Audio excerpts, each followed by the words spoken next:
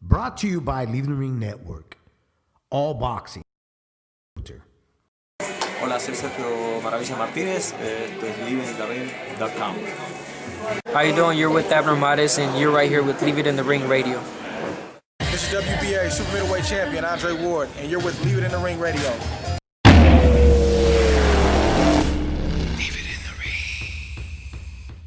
Finish business. I agree with you, Milcar. He needs to do so. He needs to leave a mark before leaving the 118. And Navarrete, it'd be great if he decided to go against Ray Vargas, so that we could get those answered. Who is the best Mexican fighter there at 122? Let's move on, man. You know, we got the biggest fight of the year, even though it's been a really shitty year for us here on 220. Mike Tyson versus Roy Jones Jr. I know Amilcar was doing backflips when that happened. You know, I know that's why he decided to go to the beach today to celebrate, have some Mai Tais there, and kick his feet in the sand there. I'll go with Amilcar, man. What are your thoughts about that happening, kicking off there, brother? I mean, did you guys see Roy against Enzo Maccarinelli? Oh, yes, I did. Yes, I did. I mean, man. I think when he knocked him out, he knocked me out too. I don't remember. It was really, really bad. So, I mean, and when I watch training videos of Roy now, it's just like he's even pot-shotting the heavy bag and the double end bag. He's not – I just don't see him really being active or quick or fast or – I mean, his attributes kind of dissipated in his late 30s, and now he's in his early 50s. And then Tyson, I mean, was quitting in all of his last fights. When I think of this fight, I mean, I'm not going to say I'm not going to watch it. I obviously am. I see it as well. Actually, you know, I have a lot of questions though, guys, because they're wearing headgear, right? I heard they're wearing headgear. They're not wearing headgear. They're not wearing headgear. No. And it's not 16 ounce because I heard it was like headgear and like huge gloves. So that plays a factor too. But if Tyson doesn't get Roy out of there early, I don't know if he's got the stamina to continue on. But if he catches him early in the first couple rounds, I see a very scary Roy Jones. Well, did you see Mike Tyson? Knockout. Did you see Mike Tyson in his last when he had that sparring exhibition? Did you watch that? And I don't know if you guys had a chance to watch that. He had an exhibition before, and he basically carried the guy that he got in the ring with. I mean, he even dropped him and didn't let him fall. He held him up. You know. So I mean, and he was like throwing not very fast punches. It was really bad. Look, this is my thing about this. Okay. Yeah. Which is on. It's September 12th. Mike Tyson's 54. Roy Jones is 51. Yeah. It should be dubbed the GoFund retirement fight. Its price tag is at $50. Okay.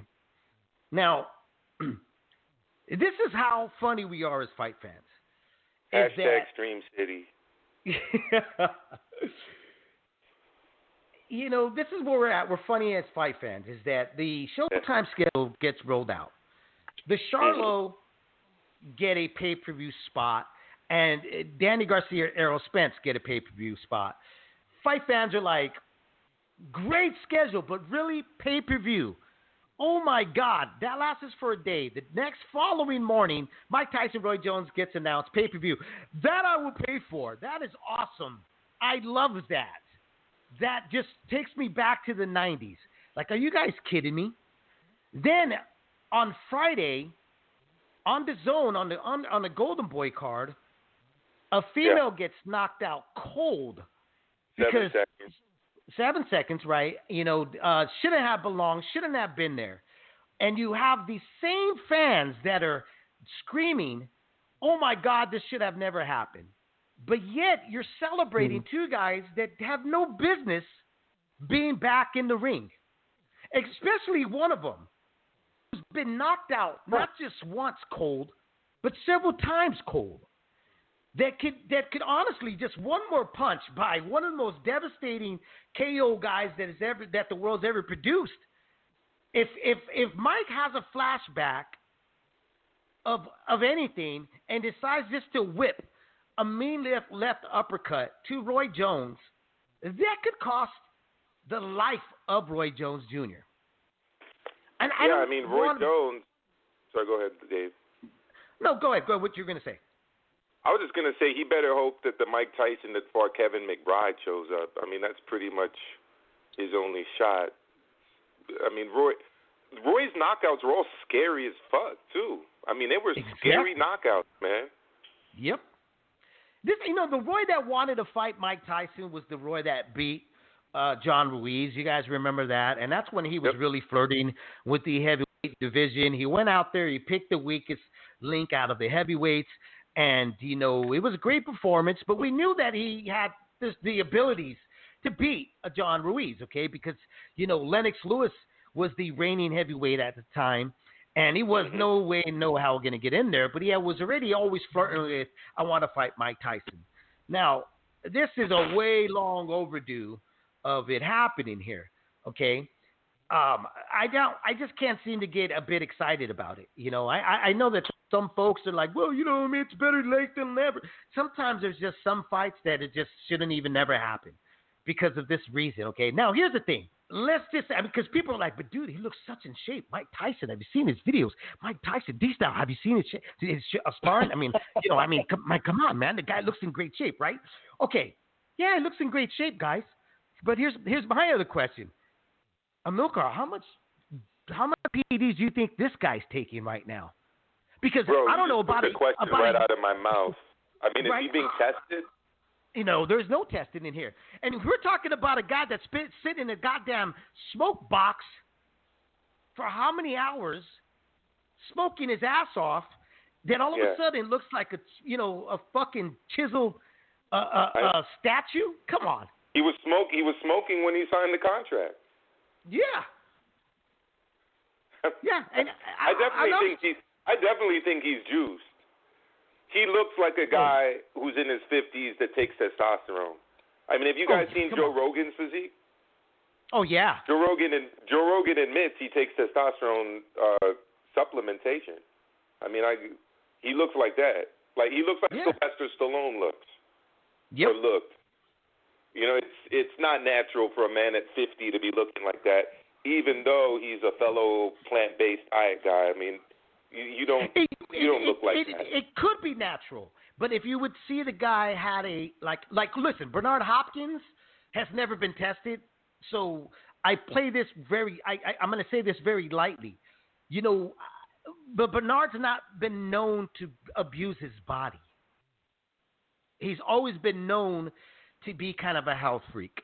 So for me to see Bernard, if he took off his shirt and he still's got that physique and cut of an athlete, it's believable. But Mike Tyson, a year ago, was walking around with a dad's bod and smoking like a train. Was never cut like that.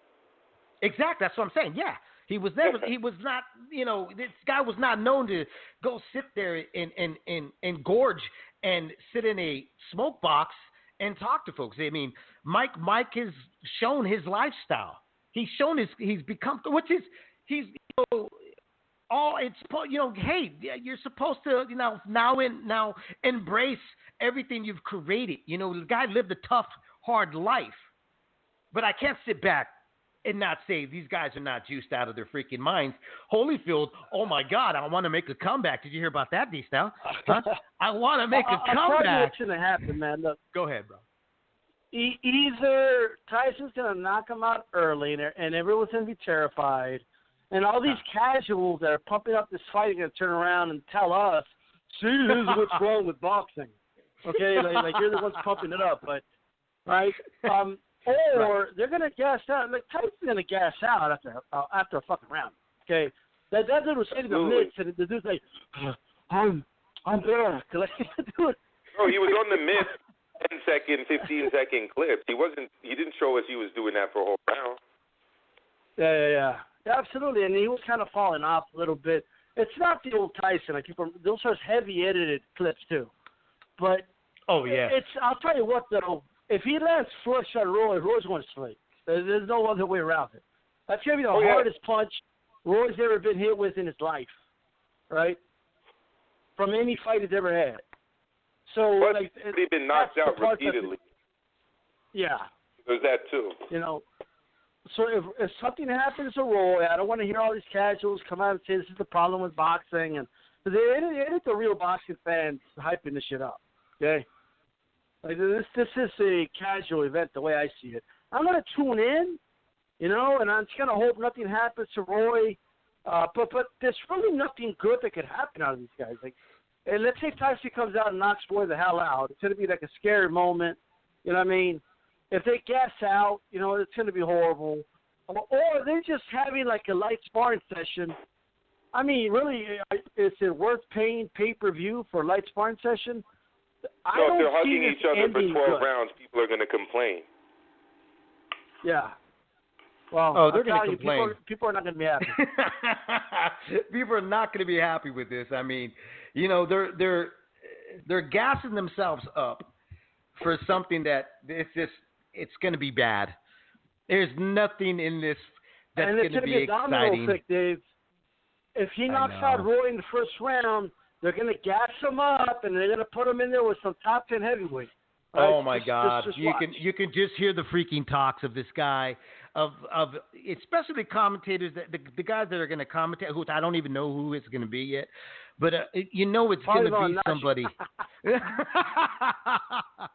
Then you're not going to hear about the fight at all. You're going to hear about all his little life problems and who's took it what from him. But no, you're going to hear, Mike Tyson could get in there and still fight with the best of them, with Tyson Fury and Deontay Wilder. It's not going to be an ending story. Anyways, I want to get away from this. I think we'd spend enough time with that joke of a spectacle of a fight that's going to happen on September 12th between Mike Tyson and Roy Jones Jr. Grew up on these guys, love those guys, 54, 51. You know, again, I have dubbed it the GoFund retirement fight of the century. And you know what? I'm not down. Yeah, I am. I mean, I'm gonna ridicule you if you're pumped up about that fight. I think that a strong wind can blow and your pecker will stand up at this case now. It's just that bad. But let's go into the Showtime schedule here, guys. I think that's more exciting and more realistic because these are actual active fighters that are happening. You know, let me go with let me ask you guys this. On the September list right now, you got Benavidez. You definitely got, the Charlo brothers. You got Sergey Nipitz on there. Devontae Davis, David Bennett.